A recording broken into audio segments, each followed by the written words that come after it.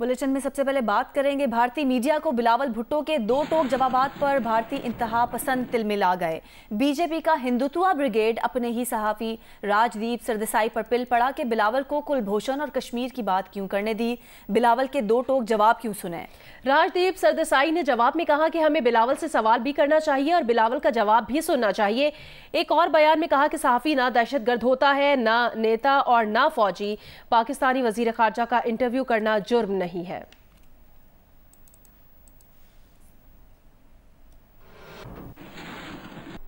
वजीर आजम शहबाज शरीफ ने कहा कि नवाज शरीफ को नाअहल करने में कलीदी किरदार साकिब निसार ने अदा किया। साकिब निसार पीटीआई के सियासी एजेंट के तौर पर काम करते रहे। ऑडियो लीक्स ने तमाम किरदारों को बेनकाब कर दिया। लंदन में नवाज शरीफ से मुलाकात के बाद मीडिया से बात करते हुए उन्होंने कहा कि साकिब निसार ने कभी अवामी मफाद के किसी केस में आज खुद नोटिस नहीं लिया। साकिब निसार के बेटे की ऑडियो लीक सामने आई है और इसे पार्लियामेंट की कमेटी ने तलब कर लिया है। सिर्फ पंजाब में इलेक्शन कराना मुल्क के खिलाफ साजिश होगी। पंजाब बड़ा भाई नहीं, चारों सूबे बराबर हैं। पार्लियामेंट अपने दायरे में रहकर अपना हक मनवाएगी।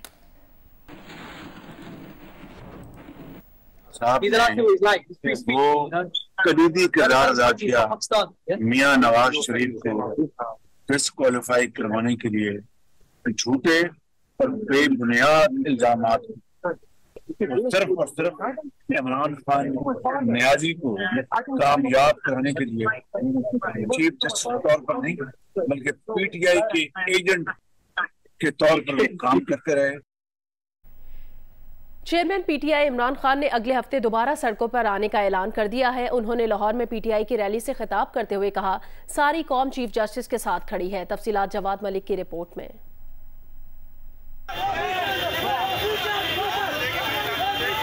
पीटीआई की चीफ जस्टिस से इज़हार यकजहती के लिए रैली। इमरान खान ने गाड़ी में ही खिताब किया। उनका कहना था कि हुकूमत इलेक्शन नहीं करवा रही, आइन की खुली खिलाफवर्जी की जा रही है, लिहाजा जलसे दोबारा शुरू कर रहे हैं। मैं अनाउंस कर रहा हूँ, मैं जलसे करूंगा 14 मई तक, अटक तक जलसे करूंगा और अवाम को तैयार करूंगा। मुल्क में इलेक्शन की जरूरत है। इमरान खान का कहना था कि उन्हें 2 बार कत्ल करने की कोशिश की गई। अरशद शरीफ के कत्ल के पीछे भी यही लोग थे। जब से इंपोर्टेड हुकूमत आई है, महंगाई और बेरोजगारी अरूज पर है। तहरीक इंसाफ की रैली ज़मान पार्क से शुरू होकर इलामा इकबाल रोड से होती हुई लक्ष्मी चौक पहुंचकर इख्तिताम पजीर हुई।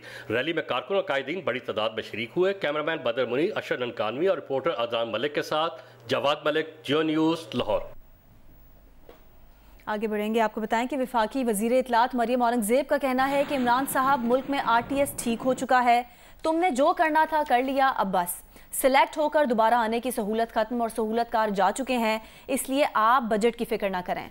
उन्होंने कहा, अब वो हुकूमत नहीं आएगी जिसने 4 साल तक मईशत की तारीखी तबाही, महंगाई और बेरोजगारी की।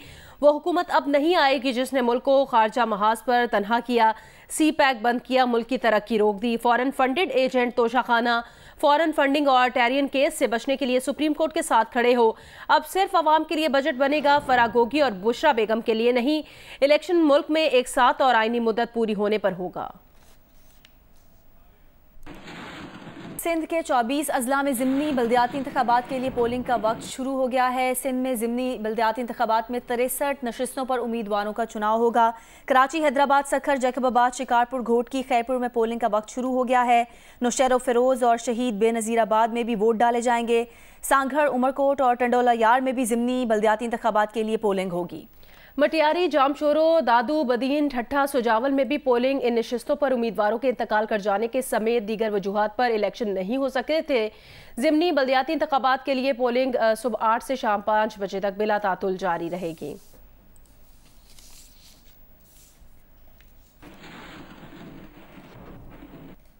जिला कोरंगी की वार्ड 4 की यूसी 8 में पोलिंग के तमाम इंतजाम मुकम्मल हैं और वोटर्स अपना हक राय दही इस्तेमाल कर रहे हैं। पोलिंग का आगाज हो चुका है।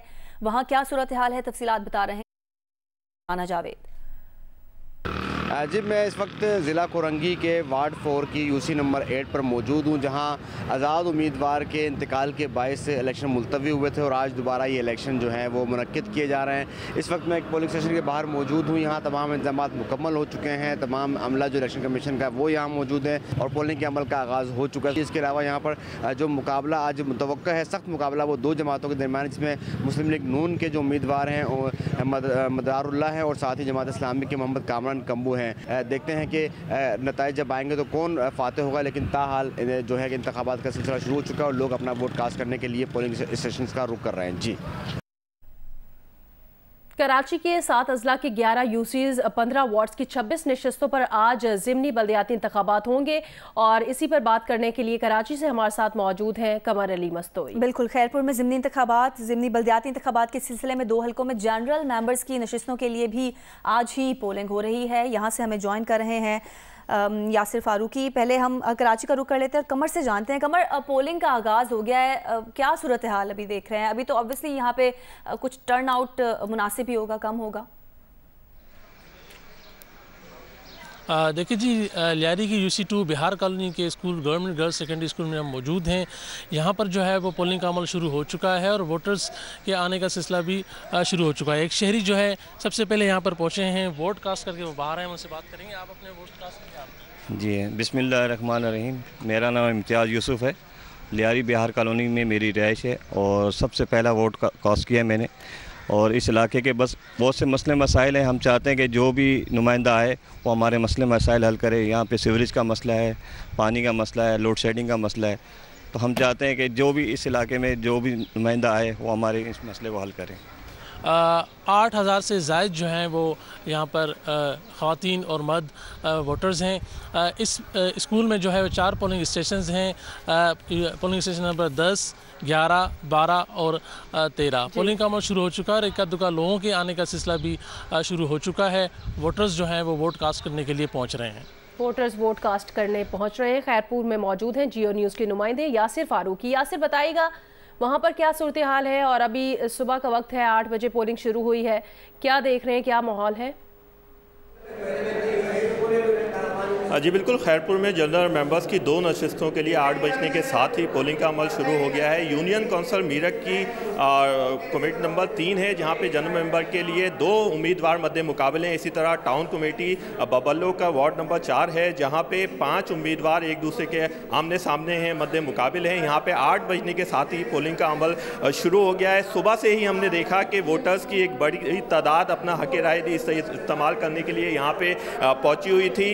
8 बजने से पहले यहाँ पे जो पोलिंग अमला था उसने बाज़ाब्ता तौर पे हल्फ उठाया है गैर जानिबदार रहने का, जिसके बाद यहाँ पे पोलिंग का अमल शुरू किया गया है। इन दोनों नशिस्तों के लिए 3 पोलिंग स्टेशन कायम किए गए हैं, जो कि तीनों इंतहाई हसास करार दिए गए हैं। 9 DSPs की सरबराही में 380 एहलकारों को तैनात किया गया है, जबकि हसास तरीन तीनों पोलिंग स्टेशन पे CCTV कैमराज भी नस्ब किए गए हैं। इस वक्त बबल्लो के पोलिंग स्टेशन हाई स्कूल में मैं मौजूद हूँ, जहाँ पे वोटर्स सुबह से पहुँचे हुए हैं और यहाँ पे कतार लगना 8 बजे से पहले ही शुरू हो गई थी। और अब तक यहाँ पे जो 3 बूथ हैं, इन तीनों में तकरीबन 12 से ज़ायद वोट कास्ट भी हो चुके हैं। जी ठीक है, यासिर फारूकी हमारे साथ मौजूद है खैरपुर से और कराची से कमर अली मस्तोई। आप दोनों से मजीद डिटेल्स भी लेते रहेंगे। फिल वक्त शुक्रिया। पाक चीन वज़राए ख़ारजा स्ट्रेटेजिक डायलॉग का चौथा दौर इस्लामाबाद में हुआ। इजलास में सियासी, स्ट्रेटेजिक, इक़्तिसादी मामलात, इलाकाई और आलमी अमूर पर तबादला ख्याल किया गया। पाक चीन स्ट्रेटेजिक ताल्लुकात को मज़ीद मजबूत बनाने और एक दूसरे के बुनियादी कौमी मफादात से मुतालिक अमूर पर हिमायत जारी रखने पर इत्तफाक किया गया। मुश्तरका इलामिया में कहा गया कि पाकिस्तानी और चीनी वज़राए ख़ारजा ने स्ट्रेटेजिक डायलॉग की मुश्तरका तौर पर सदारत की। चीन ने पाकिस्तान की खुद मुख्तारी और इलाकाई सालमियत के लिए अपने मजबूत हिमायत का इआदा किया। पाकिस्तान ने भी 1 चाइना पॉलिसी समेत कौमी मफाद के तमाम बुनियादी मसाइल पर चीन की मजबूत हिमायत का इआदा किया। फरीकैन ने CPEC मनसूबों की मुसलसल पेशरफ्त पर इत्मीनान का इजहार किया। मुश्तरका बयान में फरीकैन ने हर किस्म की दहशतगर्दी से निपटने के अज़्म का इआदा किया। चीन ने दहशतगर्दी और इंतहा पसंदी के खिलाफ जंग में पाकिस्तान की कोशिशों और कुर्बानियों का एतराफ़ किया। पाकिस्तान ने चीनी वफ़द को जम्मू और कश्मीर की ताज़ा तरीन सूरत हाल से भी आगाह किया। चीन ने इस बात का इआदा किया कि भारत और पाकिस्तान के दरमियान तनाज़ा कश्मीर तारीख में तस्फिया तलब है। इसे अक़वाम मुत्तहिदा के चार्टर, सलामती काउंसिल की मुताल्लिका करारदादों और 2 तरफ़ा मुआहदों के मुताबिक पुरअमन तरीके से हल किया जाना चाहिए। फरीकैन ने किसी भी एकतरफा इक़दामात की मुखालफत की जो पहले से गैर मुस्तहकम सूरत हाल को मज़ीद पेचीदा बना दें। बयान में कहा गया कि अफगानिस्तान में अमन व इस्तेहकाम खित्ते में समाजी और इक़्तिसादी तरक्की, दवाबित और खुशहाली के लिए नागुज़ीर है। Chairman PCB management committee Najam Sethi आज शब अहम मीटिंग्स के लिए दुबई रवाना होंगे। PCB के मुताबिक नजम सेठी दुबई में एशियन क्रिकेट काउंसिल और ICC के अहम ओहदेदारान से मुलाकात करेंगे। Chairman PCB management committee Najam Sethi इतवार को 3 रोजा दौरे पर दुबई रवाना होंगे। पीसीबी जराये का कहना है कि चेयरमैन नजम सेठी दौरे पर एसीसी और आईसीसी अहदेदारान से मुलाकात करेंगे और उनको एशिया कप, वर्ल्ड कप और चैंपियंस ट्रॉफी के हवाले से पाकिस्तान का मौक़िफ़ पेश करेंगे। दुबई 3 दिन क़याम के बाद वो इंग्लैंड रवाना हो जाएंगे, जहाँ उनकी अहम मीटिंग शेड्यूल है। नजम सेठी लफबरा यूनिवर्सिटी में बायो मैकेनिक लैब का दौरा भी करेंगे, जहाँ पीसीबी का लफबरा यूनिवर्सिटी के साथ MOU पर दस्तखत होने का भी इम्कान है। 34वीं नेशनल गेम्स की मशल रेले की तकरीब मज़ार कायद पर हुई। मेहमान खुसूसी चीफ सेक्रेटरी सिंध ने मशल इस्लाहुद्दीन को दी। ओलंपियन नासिर अली ने मशल रेले को आगे रवाना किया। नेशनल गेम्स के मुकाबले 22 से 29 मई तक जारी रहेंगे।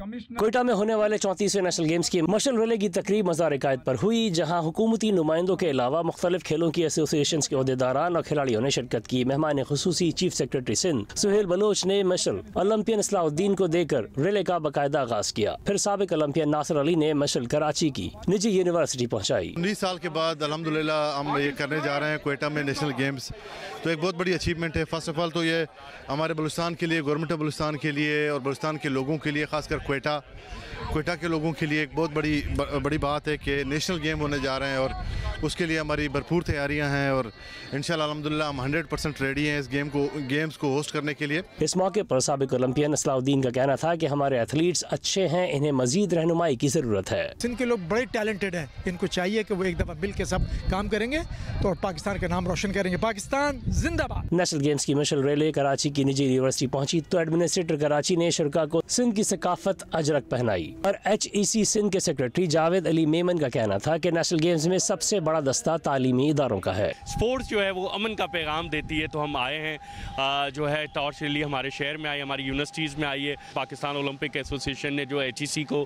मौका दिया कि यूनिवर्सिटीज़ में ये जो जाएँ हमारी टॉर्च, तो अल्हम्दुलिल्लाह जो है हमने बड़े खुशुसलूबी से ये करवा के आज वापस जो है पाकिस्तान ओलंपिक एसोसिएशन के हैंड ओवर किए टॉर्च। जिसके बाद मशल मुल्क के मुख्तलिफ शहरों से होती हुई कोयटा जाएगी, जहाँ गेम्स का बाकायदा आगाज 22 मई से होगा। लाहौर का मौसम बड़ा खुशगवार हो गया। लाहौर शहर और गिरदोनवा में गरज चमक के साथ तेज़ बारिश हुई है। लाहौर के इलाकों मॉडल टाउन, अल्लामा इकबाल टाउन, टाउनशिप में तेज़ बारिश हुई है। इसके अलावा गड़ी शाहू, गुलशन रावी, इस्लामपुरा और एयरपोर्ट के इलाकों में भी तेज़ बारिश हुई है।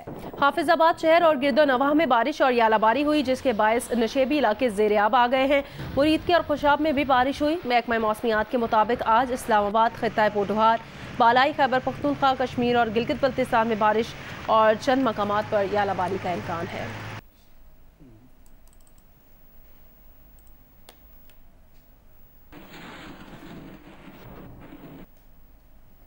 रावलपिंडी में अर्बन फ्लडिंग की वार्निंग है। जिला इंतजामिया ने नालों और सीवरेज लाइंस की सफाई का हंगामी ऑपरेशन शुरू कर दिया है। पहली बार जदीद मशीनरी का इस्तेमाल किया जाएगा। मजीद आपको बताएंगे शबीर डार अपनी रिपोर्ट में।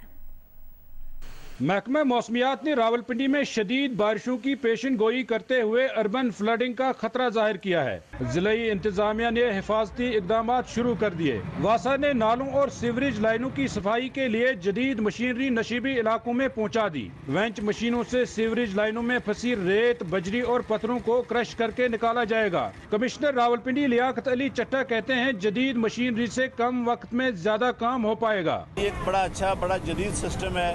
हमें अपने सीवर मैन को नीचे भी उस तरह नहीं उतारना पड़ता और दोनों मशीनें आपस में कनेक्टेड होती हैं, जो नीचे सारी मेन लाइन भी सारा उसको साफ कर लेते हैं। MD वासा मोहम्मद तनवीर का कहना है नशीबी इलाकों में सीवरेज लाइन्स और नालों की सफाई का ऑपरेशन मानसून बारिशों तक जारी रहेगा। ये हमारा कंटिन्यूस अमल होता है, ये 12 महीने चलता है। मैनुअली भी हम करते हैं, लेकिन मानसून से पहले क्रिटिकल इलाकों में जहाँ पे पानी खड़ा होने की, अर्बन फ्लडिंग की हमें वार्निंग होती है, वहाँ पे हम भरपूर सफाई करवाते हैं। महकमा दाखिला पंजाब ने नाला लई के अतराफ एक माह के लिए दफा 144 नाफिज कर दी है। नाला लई में कूड़ा करकट या तामीराती मलबा फेंकने पर पाबंदी लगा दी गई है। खिलाफ वर्जी करने वालों के खिलाफ मुकदमा दर्ज होंगे और गिरफ्तारियां भी की जाएंगी। शबीर डार, जियो न्यूज, रावलपिंडी। लाहौर से सिर्फ 1.5 घंटे की मुसाफत और 70 किलोमीटर की दूरी पर आबाद है दुनिया का बड़ा मसनूई जंगल छांगा मांगा, जो सैर व तफरी के शौकीन अफराद के लिए बहुत कशिश रखता है। महकमा टूरिज्म पंजाब ने यहाँ टेंट कैंपिंग और बोर्डिंग के साथ जिप लाइन का भी आगाज कर दिया है। रिपोर्ट करेंगी उम्मे फरवा। आम शहरी किस तरह से चांगा मांगा आकर यहाँ से लुत्फानंदोज होते हैं। आए आप हमारे साथ चलिए और इस चांगा मांगा की सैर करें। कसूर के कस्बे चूनिया में 12,000 एकड़ पर मुश्तमिल मसनूई जंगल चांगा मांगा, जिसे 1865 में अंग्रेज हुकूमत ने रेलवे के स्टीम इंजनों को लकड़ी फराहम करने के लिए आबाद किया। कहा जाता है कि ये जंगल चांगा मांगा 2 भाइयों के नामों से मौसूम है, जो अंग्रेज सरकार से बचने के लिए यहाँ जाकर छुप जाया करते थे। ये जंगल अब सियाहत और साफो शफाफ आबो हवा के दिलदादा लोगों के लिए बहुत सी रंगीनियां समेटे हुए है। बरतानवी दौर में बनने वाले रेलवे ट्रैक पर अब सियाहों को जंगल की सैर कराई जाती है। इलेक्ट्रिक कार पर भी घने जंगल के नज़ारे कराए जाते हैं। टेंट और बोटिंग कैंपिंग के साथ जिप लाइन और दीगर स्पोर्ट्स की सहूलत भी मौजूद है। चांद से मुशाबा मेहताबी झील भी सियाहों की तवज्जो का मरकज है। एक्सप्लोर करने के लिए बहुत सी चीज़ें हैं, तो इट इज़ गुड। एडवेंचर के लिए बहुत अच्छी प्लेस है। जिप लाइन का भी जो है अरेंज कर दिया है, जिसकी वजह से ये और मोर अट्रैक्टिव जगह बन गई टूरिस्ट के लिए। चांगा मांगा जंगल में हिरन, नीलगाय, गीदड़, सुअर, बारासिंगा, मोर, अरियाल, खरगोश और गिद्ध समेत दीगर जंगली जानवर और परिंदे भी पाए जाते हैं। GM ऑपरेशंस महकमा सियाहत पंजाब कहते हैं कि एक रिजॉर्ट के अलावा सियाहों की एंजॉयमेंट के यहाँ कई मौके हैं। सर्टन जो फैसिलिटीज़ हैं दोबारा से नए सिरे से यहाँ पे प्रोवाइड किए, जैसे कॉन्फ्रेंस हॉल है, हमारी जिप लाइन यहाँ पे एक्टिव है। महकमा सियाहत ने यहाँ ईद मिलन पार्टी सजाई, जिसमें रवायती रक्स भी पेश की।